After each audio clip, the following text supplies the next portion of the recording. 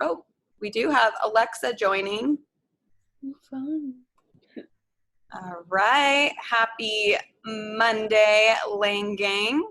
Starting the new week with a new text, like I shared earlier on Google Classroom today. If you've seen yet, I'm going to go ahead and start sharing my screen with you.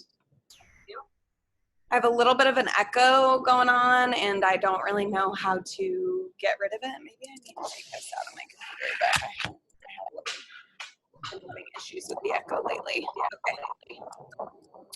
For anyone who's watching the video later, I don't know if you girls can hear it at all, but I can hear it, so I feel like it might be on the video that's recording. But let's go ahead and jump on in. So if you go ahead and click on today's assignment, the text is about scientific research. So I really want you guys to start practicing, just being able to be independent in terms of your analysis, and then using the next day is when I'll go over the passage with you, and you can kind of check how well did you do with your analyzing the text. So this is an older AP prompt. I think it was given in like 2008, so it's been a little bit. But we've done a lot of different prompts, so I had to go digging for different ones here. So the part that we're going to do together in our live class today is we'll kind of talk about the rhetorical situation together from the prompt, since it's quite different, I feel like, than what we're used to. And then we'll start the little first paragraph of annotations together, and then I want you guys to do the remainder of it on your own to really dig in and see how you can do independently. And then tomorrow's class will go over the analysis before you write about the text. Okay? So we'll go ahead and just take a look at the prompt here. So it says, in the following passage from The Great Influenza, an account of the 1918 flu epidemic, author John M. Barry writes about scientists and their research. Read the passage carefully, then in a well-written essay, analyze how Barry uses rhetorical strategies to characterize scientific research. Okay. All right, so who is our speaker, ladies? Who do we have here? John M. Barry. Excellent. And we only have one little detail about him. He is an Author. So author John M. Barry. I mean, we don't know, maybe he's a scientist or maybe he's just writing about scientists. We don't know for sure yet, but maybe we can figure that out after we read. We do have the purpose. I mean, it's not super specific yet, but we are given the purpose in the end of that prompt there. What was his purpose in this passage? Wasn't it to provide information about the 1918 influenza epidemic? Well, it comes from the book, The Great Influenza, which is an account of that. But this particular passage, so remember, it's just like a part of that larger work. So this particular passage, it usually is going to tell us the purpose at the end of the prompt. So it says, in a well-written essay, analyze how he uses rhetorical strategies to characterize scientific research. So the speaker is always using their strategies to convey their purpose. Here we've got, his purpose is to characterize scientific research. But based on what Tori said here, let's go ahead and fill in the context here. So it comes from a book about the 1918 flu epidemic. So we're not really given, remember, normally for context, we want to think about the time and place, like when the text was written. So the only thing we know is this is after 1918, since it's an account of that. But we don't really know like what year the writing is actually taking place in. It could be right after that. It could be like actually fairly modern and just talking about that. So we don't really know when this was written just from the prompt, but we do know it came after the 1918 flu epidemic. So sometime post that. All right. So this is why I really wanted to talk about the rhetorical situation together, because again, we're not given as many specific details about the audience, context, and exigence as I feel like we normally are. Now we know that this comes from a book after this, so this kind of tells us that it's part of the exigence. So this kind of idea that a mass epidemic took place is part of what prompted him to want to characterize scientific research.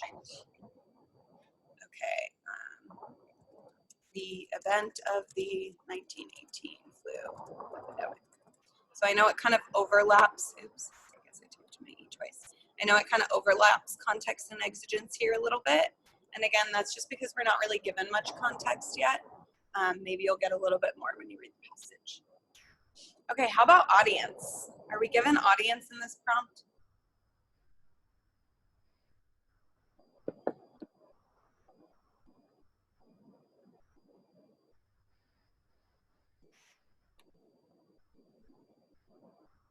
Okay, Alexa says scientists, possibly.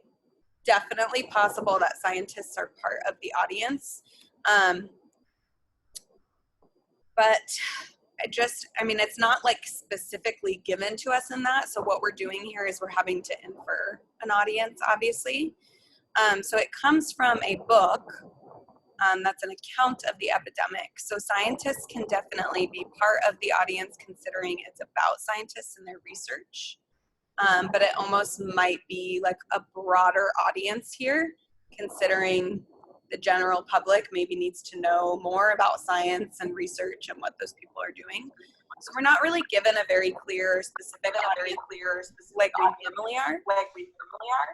So since it's a book, we're just going to say it's a broader audience, but you can definitely talk about in your analysis later or think about what might this say to like more of the general public type of audience versus what would it say to people who are scientists and actually know all this information already.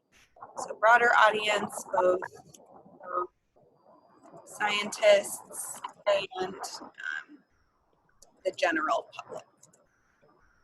Okay, because if he's characterizing scientific research, he definitely wants to like teach other people who aren't scientists about it as well and get them to understand kind of the purpose of science and research. Okay, so now that we have kind of, again, it's a very broad rhetorical situation here, which is why it's different than what we've been used to lately. But let's go ahead and just do the first passage together. Again, we're going to be taking annotations on what the writer is saying, why they're saying it, and how they're saying it.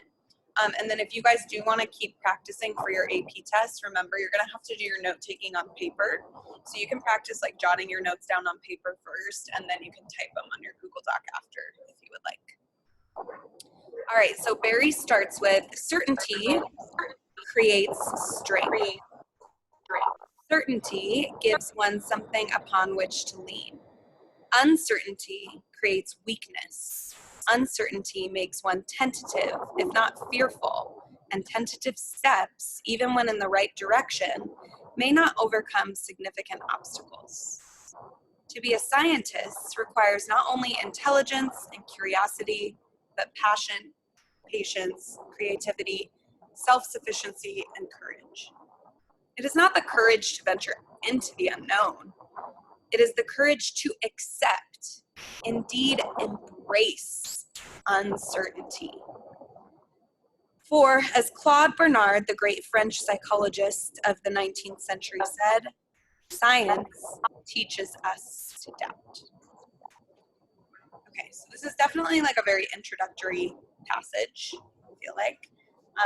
So he starts kind of like, if we think about what he's talking about, he starts by like comparing and contrasting like certainty and uncertainty, right? And then what's this big claim that he makes about scientists and what they have to be? Did you guys notice in terms of certainty or uncertainty? What do scientists need to do?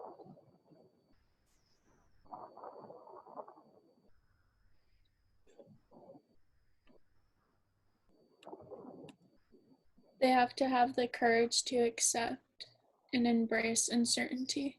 Perfect. Okay, so that's kind of like, again, he's setting scientists apart from just like normal average people. Okay, so certainty is a lot more comforting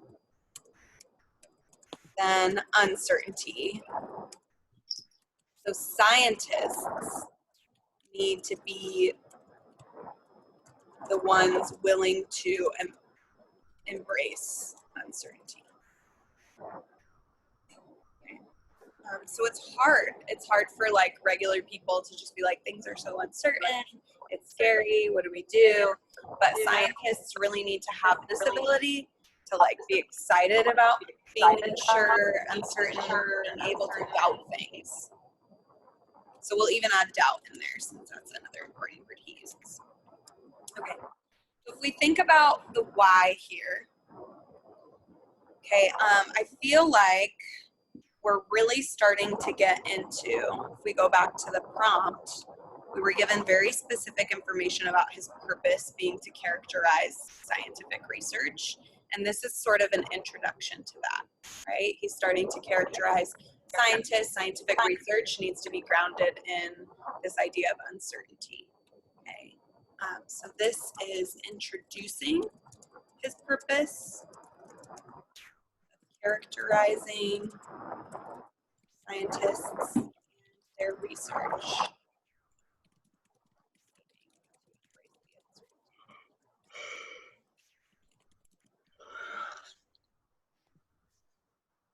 We're not really given much context or anything in there. All right, what were some of the rhetorical choices you noticed here? There's quite a few, so what do you guys feel like is standing out to you about how he said this? When he contrasted certainty and uncertainty. So compare and contrast. Also I've seen personification, I think. Where are you seeing that, Jared? Because he says like certainty creates strength, certainty gives one something upon which to lean, and like Excellent. certainty can't like create or give. Right, so he even personifies these non-tangible things. Mm-hmm. So, or intangible, there's the word.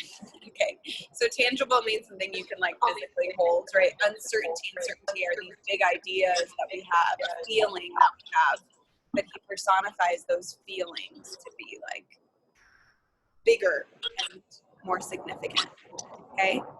Anything else that stood out to you in those first two paragraphs? There's an appeal to authority at the end of it, to Claude Bernard, French physiologist and psychologist. Oh, it is a physiologist. I even said that wrong. I was a C. Sometimes you get lazy when you're reading and you just fill in words before looking at it. Okay, so the quote from the physiologist. So that's an appeal to authority. Excellent job. Okay. And also I think it's parallelism. If where he says it is not the courage to venture into the unknown, it is the courage to accept, indeed, embrace uncertainty. Absolutely. We've got some parallelism there Parallelism. about this, the courage. And I would really hone in on that part. For me too, in terms of rhetoric, I feel like the word choice of embrace is pretty significant too, in thinking the idea of like, right, he specifically says accepting it, but then he goes a step further, not just even accepting it, embracing it. So, and strong word choice. Remember, you can always talk about diction. And we want to practice being able to kind of pull out some of those significant quotes that we might weave into our own writing later. Alrighty, guys. So that's the idea. And remember, I just wanted to get you kind of started on this one and then see how you can do with the text on your own. It's not too long, so that's nice. And you're just going to go through and do the same annotations for the rest of the passage. Okay, so it's really broken up just one paragraph at a time. And then at the end, you're going to think about, okay, we know his overall purpose was to characterize scientific research. But now that you've read the passage, can you make that purpose more specific? Okay, how did he characterize it? And then maybe why did he do that? What was he trying to accomplish? And then after you've noticed all those different rhetorical choices, what do you think were 3 to 5 of the most significant ones? Okay, and then tomorrow's class, we will go over the text and you can sort of check your answers, see how you did.